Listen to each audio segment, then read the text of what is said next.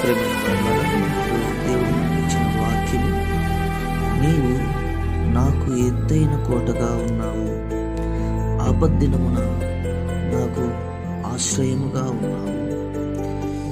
నీ బలము గూర్చి నేను కీర్తించేదను, ఉదయమున నీ కృపను గూర్చి ఉత్సాహగానము చేసేదను.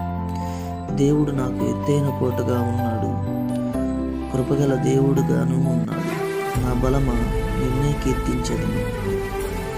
ప్రియ సహోదరి సహోదరులను, దేవుడు మనతో మాట్లాడుతున్న మాటలండి.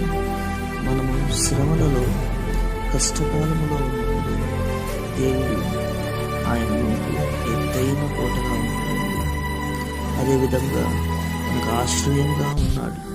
మనము ఆ సమయాల్లో ఎటుపోదామా అని చెప్పేసి భ్రమపడుతూ ఉంటాం. కానీ మనం దేవుని యొద్దకు